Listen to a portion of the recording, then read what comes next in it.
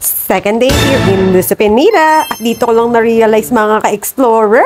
Hindi ko pala kaya ng 3 days only lang dito sa lugar na to. Kung sa part 1 natin, may tuhod lang ang nabugbog. Ngayon, pati singit na. Pareho ng susuko. Kaya kung gusto mo makita kung paano mag-halfway sa buhay, noorin mo to hanggang dulo. Pero bago tayo magpaka-adventurous, don't forget to hit the like, subscribe, and click the bell button para updated ka sa lahat ng kalokohan at gala ng inyong one and only Julie the Explorer.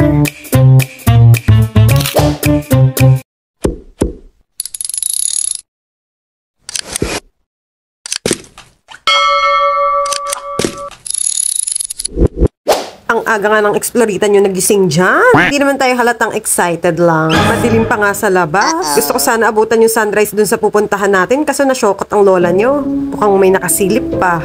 Tapos na nga akong mag-ayos at tinantay ko lang di magliwanag kahit papano. Started at 6:15. I'm so proud talaga pag nagiging maaga. Tuwing gala lang kasi to. At heto nga pala yung daan mula sa hotel ko. Yung daan dito may halong limestone, kaya good luck malala talaga pag lalo na maulan kasi madulas. Oh no! The nights would seem so long.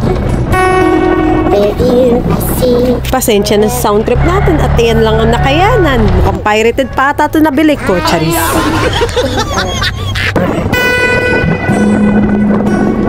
Never felt this strong. Our dreams are young and we both know that take us where we want to go. Hold me now, touch me now. I don't want to live without you. And nothing's gonna change my love for you. You ought to know by now how much I love you. One thing you can be sure of, I'll never ask for more than your love. Nothing's gonna change my love for you. You ought to know by now how much I love you. The world may change my whole life through, but nothing's gonna change my love for you. If the road ahead is not so easy. So naman, eto naman yung daan papunta dun sa ating first stop. Might have been in love before. Okay, so we're now here in Linking Beach. I'll be there for you. If you should Philippines, not na po. you don't have to say. Let's go to Linking, right? 5 minutes. Thank you! Kasama lang. Indonesia. Let me see forever to hold me. Sabi daan dito. Touch me now, and I don't want to live without you. And nothing's gonna change my love for you. You ought to know by now how much I love you. One thing you can be sure of. Hello. Good morning. Parking ticket. Okay. Parking ticket for 5,000. Excited na mga lahat para sa Kalingking. Let's go. Kaya bili muna tayo ng food and water kasi mahirap maging hungry explorer. Start na to. Wala pang breakfast yan. Biscuit lang ang labanan. At dito na tayo magsisimula ng labanan ng lakaran. Here's the sightseeing floor. Elevator pa lang. Dapat natapos na to. Di pa ako mabot. Charap. At maagang pagbati nga pala sa aking mga relatives. Nagkalat na naman sila. Charis. Basta kalma lang kayo dyan. And hello to Kalingking Beach. Oh, that's all.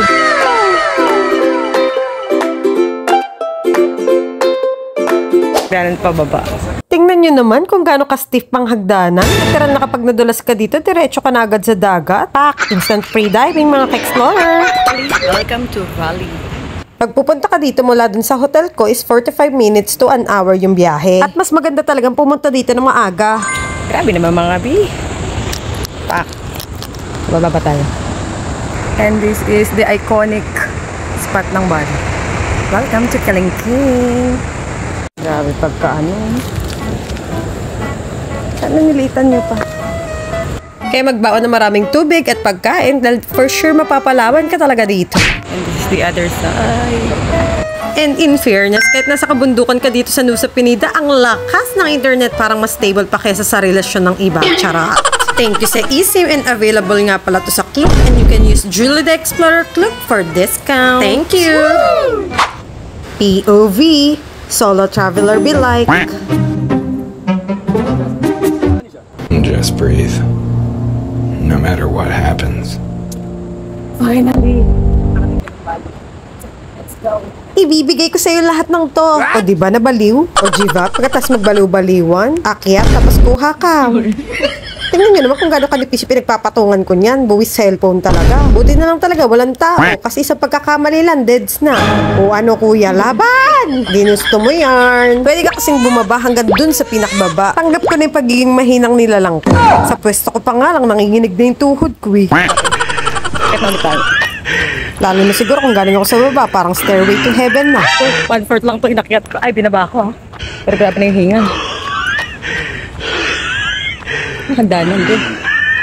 At wag kayo magpapakumpiyansa dito kasi maraming snatcher dito kung ayaw nyo talaga matulad na lang.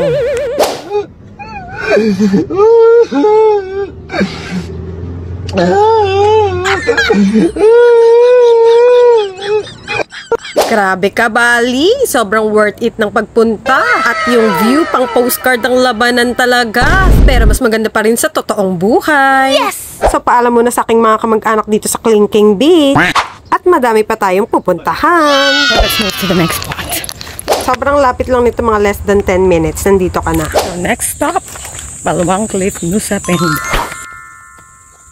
So, entrance fee is 30,000. At mukhang kagigising lang ni Kuya. Sorry na sa istorbo. OMG, ang daming pang IG spot. Kaso, wala na naman tayong taga-picture. Sariling sikap na naman mga ka-explorer. Bigla ko kasing naalala, hindi ko pala dinala yung tripod ko. Ang genius move ko dyan. Buti na lang may flip phone na. Pwedeng isuksok kahit saan. Walang taga-picture mga mama. Wala ka rin makuha guys. And this is wow. OMG, ang ganda rin ng view dito. Pero mas maganda kung may taga-picture tayo. Pero kung may isasama kayo, dalhin nyo na. Pero kung wala, okay lang yan. Welcome to the club, bebe. Kahit mag-isa lang, laban lang. Mas okay nga yun, hindi makikita yung kung gaano kabaduy yung mga pinaggagawa natin dito. At dahil dyan, may naisip na naman ako. Sa taas, ipakatong yung cellphone. Wag lang talaga hanginin, Diyos ko po. Kundi magka-fly me to the moon talaga yung cellphone.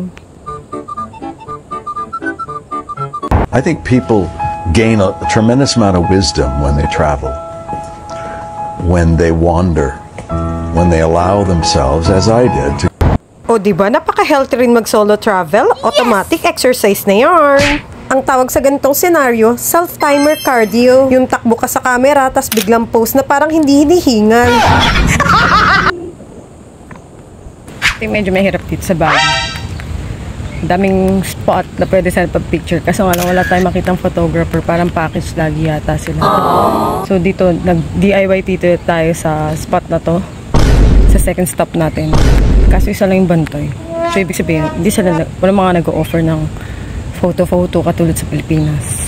So yun lang medyo hassle pag solo ka. Sino kayo wala tayong mga hunting photographer. Just may... Tayo na, hirap mag-set up ng pang pictorial mo. Diyos me Lord. Pero laban lang as solo traveler. Fighting. So ayan mga ka-explorers, kung balak nyo pumunta ng Nusa Penida, siguraduhin nyo lang na handa ang legs, tubig at extra energy nyo. Kasi ang stairs dito, hindi nagbibiro. Kung nag-enjoy ka sa travel kalokohan na to, don't forget to like this video. And comment mo na din kung tagasan ka para malaman natin kung saan umabot tong video na to. And subscribe para sa mas marami pang solo travel adventures. Once again, this is Julie the Explorer reminding you the world is wide, pero huwag kalimutin ng tripod. Charis!